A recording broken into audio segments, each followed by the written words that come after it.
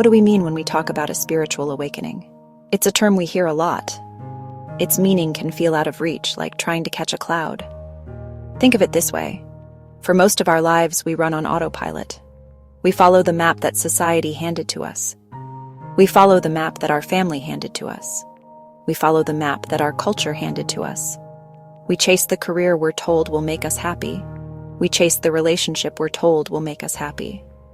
A spiritual awakening is the moment you look up from the map and question the destination. It's the beginning of questioning everything. It's not usually a dramatic lightning bolt. More often, it's a quiet, internal shift. You start asking, who am I really? This awakening is a call from your deeper self, inviting authenticity, consciousness, connection. One of the first and most startling changes many people experience after a spiritual awakening is what I call the great unfollowing. This doesn't just happen on social media. It happens in real life.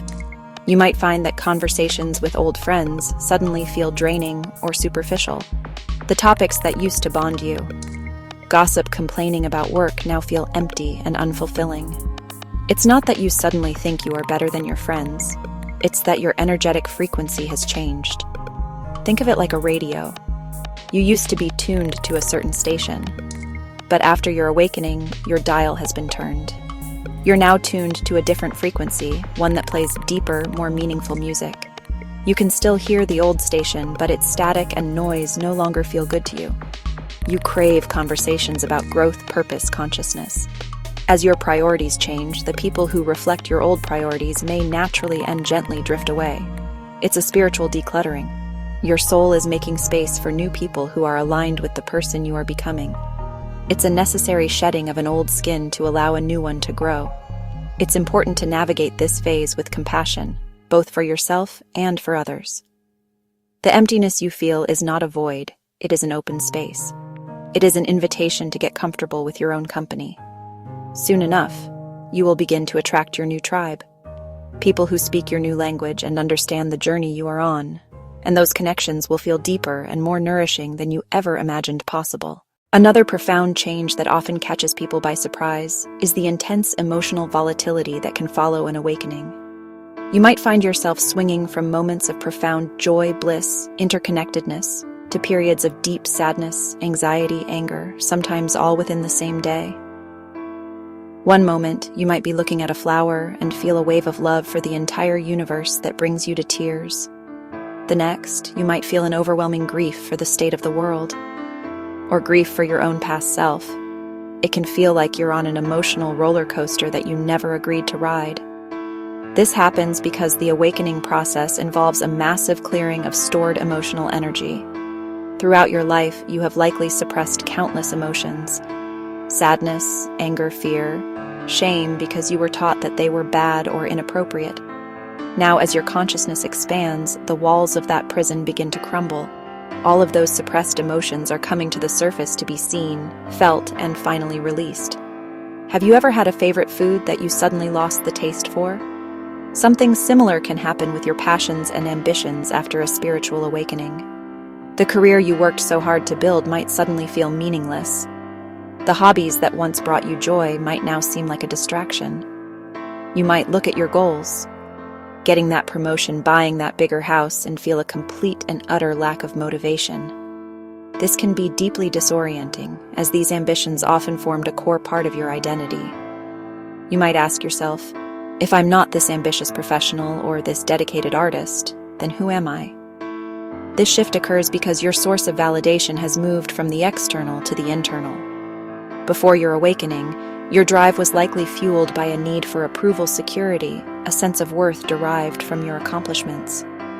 But as you awaken, you begin to touch upon a sense of wholeness and peace that is already within you. It's unconditional. It doesn't depend on what you achieve or what others think of you. Consequently, the external goals that were once so compelling lose their power over you. It's as if the character you've been playing for decades has forgotten its lines, and you're standing on the stage of your life with no script. But this emptiness is not a void. It is a sacred pause. It's an opportunity to reassess what truly matters to you now, from this new state of consciousness. Your soul is asking you to redefine success not by what you can get, but by how you can serve. Not by how much you can accumulate, but by how much you can love. The invitation here is to rest in the not knowing. Give yourself permission to be without a grand plan. Instead of forcing yourself to find a new passion, get curious about what subtly draws your attention now. Maybe it's spending time in nature. Maybe it's having deep conversations. Maybe it's simple acts of kindness. Your new purpose will not be found by striving. It will emerge gently from a place of alignment and intuition. This period of emptiness is a clearing of the slate, making way for a new, more soul-aligned purpose to be written.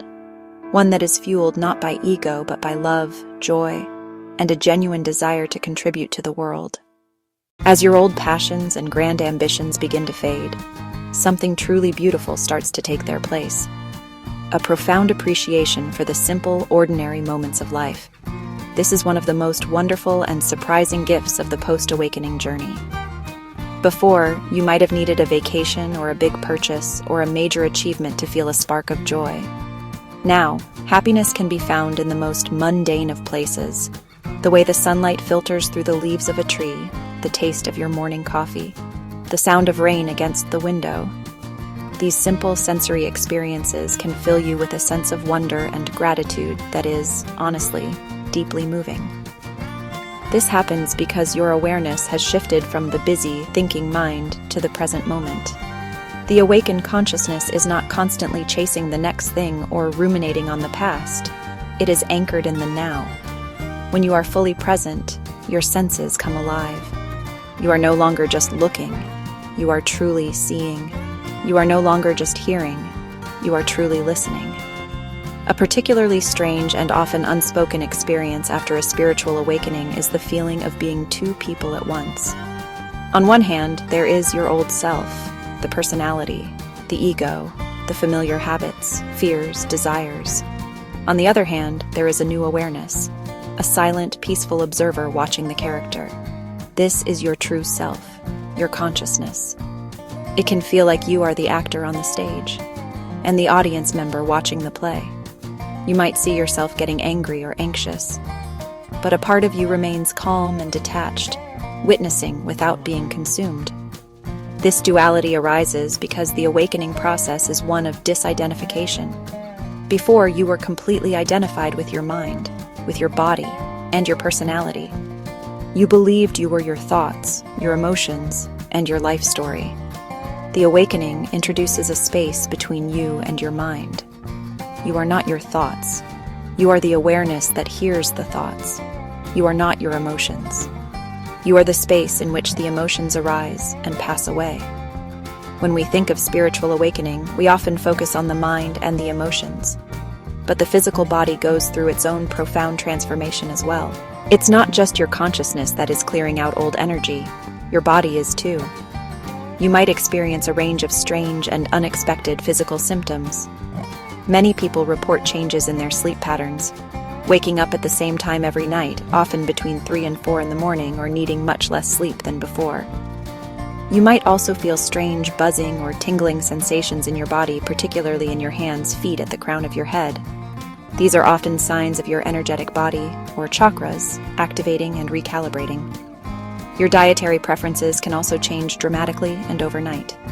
Foods that you used to love, especially heavy processed low vibrational foods, meat, sugar, may suddenly become repulsive to you.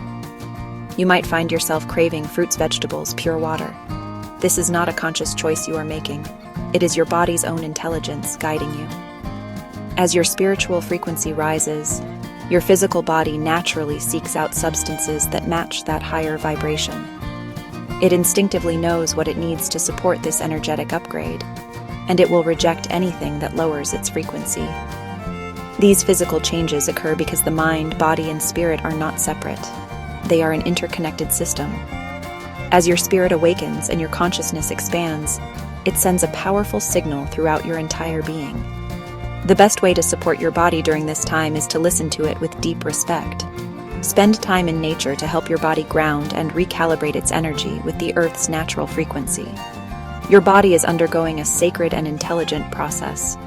By honoring its needs, you are not only easing your physical discomfort, but also facilitating the beautiful integration of your awakened spirit into your human form. Be patient and gentle with yourself. This practice of mindful presence turns the ordinary into the extraordinary. It reveals that heaven is not a place you go to, but a way you see the world, and it is available to you in every simple, precious moment. The period after a spiritual awakening can feel like being given a new, high-performance vehicle without a user's manual. You know it's powerful and capable of amazing things, but you're not quite sure how to drive it. Navigating this new landscape of yourself requires patience, self-compassion, and a few practical tools. One of the most important first steps is to find a grounding practice. Grounding brings you back into your body and connects you to the stable, nurturing energy of the earth. Walking barefoot on the grass, gardening, visualizing roots growing from your feet into the ground can be incredibly stabilizing. Next, it is vital to create space for silence and solitude. In our noisy, hyper-connected world, quiet time is a luxury, but for the awakening soul, it is a necessity. This is the time when you can integrate the massive changes that are happening within you. It's in the silence that you can hear the subtle whispers of your intuition. As you navigate this journey, journaling can be an invaluable ally. New insights, old memories, confusing emotions. Writing it all down, without judgment or censorship, can help you process everything. It's a way of having a conversation with your soul. You can ask questions in your journal and be amazed at the answers that flow through your pen. The path that follows a spiritual awakening is not a straight line to perpetual bliss. It is a winding, unpredictable, often challenging journey of integration. It involves shedding old identities, healing deep wounds, learning to navigate the world from a completely new perspective. There will be moments of confusion, loneliness, emotional turmoil. There will be times when you miss the simplicity of your old life and wonder if you can ever go back. The simple truth is, you can't. A spiritual awakening is not an event you can undo. It is a fundamental evolution of your being. It is your soul calling you home to your most authentic self.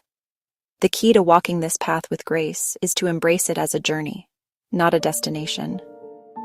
Let go of the expectation that you should feel peaceful and enlightened all the time. Instead, cultivate a deep and abiding curiosity about your own experience. Meet every strange sensation, every emotional wave, and every confusing thought with a gentle, "Isn't that interesting?" This attitude of compassionate curiosity transforms challenges into opportunities for growth. It turns the process from a struggle against yourself into a beautiful dance of discovery. Ultimately, this journey is a return to love. It's about learning to see the world not through the eyes of fear and separation, but through the eyes of love and unity. Trust the process. Trust your inner wisdom. You are being guided, you are supported, and you are on your way to becoming the person you were always meant to be. The journey is the purpose,